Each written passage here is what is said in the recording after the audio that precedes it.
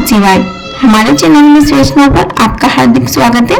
आज हम सुनेंगे सोमवार व्रत कथा। आप प्रेम व श्रद्धा के साथ कथा का श्रवण कीजिएगा। प्रेम से बोलिए शंकर भगवान की जय, माता पार्वती की जय। एक साहूकार था, वह बहुत धनवान था। उसको धन आदि किसी बात की कोई कमी नहीं थी, परंतु पुत्र न होने के कारण वह अत्यंत दुखी था। वह इसी चिंता में रात दिन रहता था और इसीलिए पुत्र की कामना के लिए प्रति सोमवार को शिव जी का व्रत और पूजन किया करता था। सायंकाल को शिव जी के मंदिर में जाकर दीपक जलाया करता था।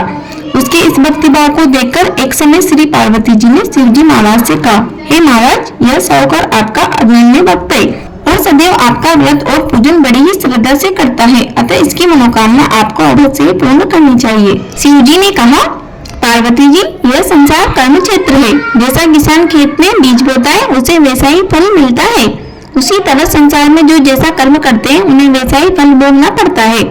पार्वती जी ने अत्यंत आग्रह से कहा कि महाराज, जब यह आपका ऐसा भक्त है और यदि इसको किसी प्रकार का दुख है तो आपको अवश्य उसके दुख को दूर करना चाहिए, क्योंकि आप तो सदैव भक्तों पर दया करते हैं, उनके दुखों को दूर करते हैं। आप ऐसा नहीं करोगे तो मनुष्य क्यों आपकी सेवा व व्रत पूजन करेंगे। पार्वती जी का ऐसा आग्रह देख शिव जी महाराज प्रसन्न होकर बोले, हे पार्वती जी, इसके कोई पुत्र नहीं है, इसी पुत्र की चिंता में यह दुखी रहता है। इसके भाग्य में पुत्र न होने के कारण भी मैं इसको पुत्र की प्राप्ति का वरदान देता हूँ, परंतु वह पुत्र केवल 12 वर्ष तक ही जीवित रहेगा। इसके पश्चात वह मृत्यु को प्राप्त होगा। इससे अधिक मैं इसके लिए और कुछ भी नहीं कर सकता। यह सब बात साहूकार सुन रहा था। इससे उसको ना तो प्रसन्नता हुई, ना ही कुछ दुख हुआ। वह पहले की तरह ही शिवजी महाराज का सोमवार का व्रत और पूजन करता रहा। कुछ समय व्यतीत होने पर साहूकार की स्त्री गर्भवती हुई और 10वें महीने में उसके गर्भ से एक अति सुंदर पुत्र की प्राप्ति हुई। साहूकार के घर में बहुत खुशी मनाई गई, परंतु साहूकार ने उसको केवल 12 वर्ष की आयु जानकर ही अधिक प्रसन्नता प्रकट नहीं की और न ही किसी को भेद बताया। वह 9 वर्ष का हो गया तो उस बालक की माता ने उसके पिता से कहा, आप इसका विवाह करवा दीजिए। परंतु साहूकार ने कहा, अभी मैं इसका विवाह नहीं करूंगा और काशी जी पढ़ने के लिए भेजूंगा। फिर साहूकार ने अपने साले अर्थात बालक के मामा को बुलाया और उसको बहुत सा धन देकर कहा, तुम इस बालक को काशी जी पढ़ने के लिए ले जाओ और रास्ते में जिस भी जगह से जाओ वहाँ यज्ञ करते, दान देते व ब्राह्मणों को भोजन कराते जाओ। इस प्रकार वह दोनों मामा भांजे सब जगह यज्ञ कराते व ब्राह्मणों को भोजन कराते जा रहे थे। रास्ते में उनको एक शहर दिखाई पड़ा। उस शहर में राजा की कन्या का विवाह था और दूसरे राजा का लड़का जो विवाह के लिए बारात लेकर आया था वह एकांक से काना था। लड़के के पिता को इस बात की बड़ी चिंता थी कि कहीं वर को देखकर कन्या के माता पिता विवाह में किसी प्रकार की अड़चन पैदा ना कर दे। इस कारण जब दूल्हे के पिता ने अति सुंदर सेठ के लड़के को देखा तो मन में विचार किया कि क्यों न दरवाजे के समय इस लड़के को वर के रूप में काम में लिया जाए।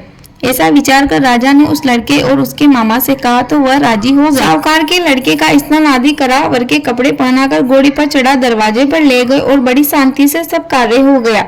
अब वर के पिता ने सोचा, यदि विवाह कार्य भी इसी लड़के से करा दिया जाए तो क्या बुराई है। ऐसा विचार कर उसके मामा से कहा, यदि आप फेरों और कन्यादान का भी काम करा दे तो आपकी बड़ी कृपा होगी और हम इसके बदले में आपको बहुत सारा धन देंगे। उन्होंने स्वीकार कर लिया और विवाह कार्य बहुत अच्छी तरह से हो गया। परंतु जिस समय साहूकार का लड़का जाने लगा तो उसने राजकुमारी की चुनरी के पल्ले पर लिख दिया कि तेरा विवाह मेरे साथ हुआ है, परंतु जिस राजकुमार के साथ तुमको भेजेंगे वह एकांक से काना है और मैं काशी जी पढ़ने जा रहा हूँ। उस राजकुमारी ने जब अपनी चुनरी पर ऐसा लिखा हुआ पाया तो उसने राजकुमार के साथ जाने से इनकार कर दिया और कहा कि यह मेरा पति नहीं है, मेरा विवाह इसके साथ नहीं हुआ है, वह तो काशी जी पढ़ने गए हुए हैं। ऐसा सुनकर राजकुमारी के माता पिता ने अपनी कन्या को विदा नहीं किया और बारात वापस चली गई। उधर सेठ का लड़का और उसके मामा जी काशी पहुंच गए। वहां जाकर उन्होंने यज्ञ करना और लड़के को पढ़ाना शुरू कर दिया। जब साहूकार के लड़के की आयु 12 वर्ष की हो गई तो एक दिन उन्होंने यज्ञ रच रखा था कि उस लड़के ने अपने मामा से कहा, मामा जी, आज मेरी तबीयत कुछ ठीक नहीं है। मामा ने कहा कि अंदर जाकर सो जाओ। लड़का अंदर जाकर सो गया और थोड़ी देर में उसके प्राण निकल गए। जब उसके मामा ने आकर देखा तो वह मुर्दा पड़ा हुआ था। उसको देखकर बड़ा ही दुख हुआ और उसने सोचा कि मैं अभी रोना पीटना मचा दूंगा तो यह यज्ञ कार्य अधूरा रह जाएगा।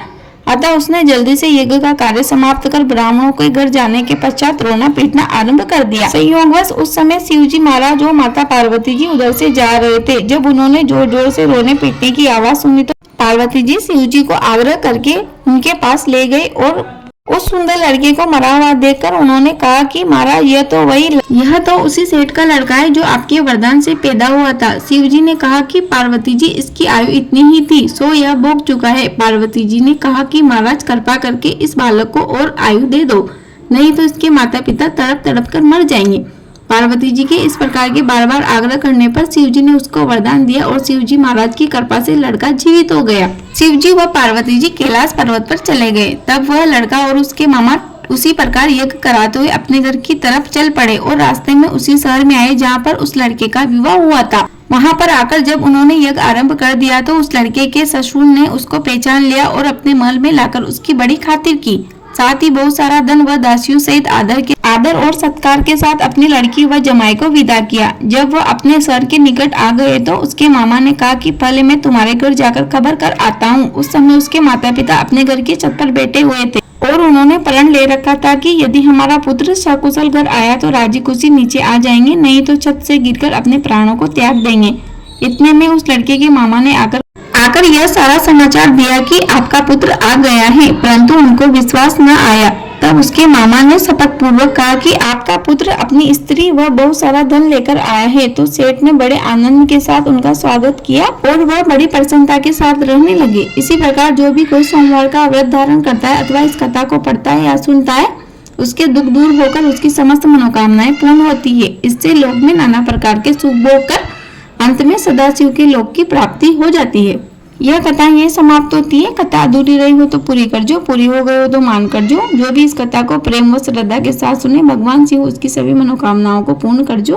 प्रेम से बोलिए शंकर भगवान की जय, माता पार्वती की जय। यह पावन सोमवार का व्रत चैत्र वैशाख श्रावण मार्गशीर्ष कार्तिक मास में आरंभ किया जाता है। साधारणतः श्रावण मास में व्रत का अधिक प्रचलन है। सावन के सोमवार में यह व्रत करना अत्यधिक फलदायी होता है। इस व्रत को स्त्री व पुरुष दोनों ही कर सकते हैं। कोई सा भी व्रत हो हमेशा संकल्प लेकर ही व्रत को धारण करना चाहिए। अर्थात सोमवार का व्रत जब भी आप शुरू करें तो पहले संकल्प ले कि आपको कितने व्रत करने हैं और उसी के अनुसार व्रत करें। जब आपके व्रत पूर्ण हो जाए तो आपको व्रत का उद्यापन अवश्य ही करना चाहिए। इस सोमवार की व्रत कथा के साथ भगवान श्री गणेश की कथा भी अवश्य सुने, क्योंकि कोई भी कथा के साथ जब तक भगवान श्री गणेश की कथा नहीं सुनते हैं वह व्रत कथा अधूरी मानी जाती है। इसलिए आप कोई भी व्रत कथा सुने उससे पहले भगवान श्री गणेश की कथा अवश्य ही सुने। आप हमारे चैनल पर जाकर विजिट कर सकते हैं, आपको वहां पर भगवान श्री गणेश जी की कथा मिल जाएगी। मुझे उम्मीद है आपको यह वीडियो अवश्य उपयोगी लगी होगी। प्लीज वीडियो को लाइक करें, शेयर करें, कमेंट बॉक्स में जय श्री राम अवश्य लिखें। यदि आपने अभी तक हमारे चैनल को सब्सक्राइब नहीं किया है हो तो प्लीज़ हमारे चैनल को सब्सक्राइब कर लीजिए और बेल आइकन प्रेस करना बिल्कुल भी ना भूलिए, जिससे कि आने वाली वीडियो का नोटिफिकेशन आपको सबसे पहले मिले। जय श्री राधे कृष्ण। आपका दिन शुभ हो। धन्यवाद।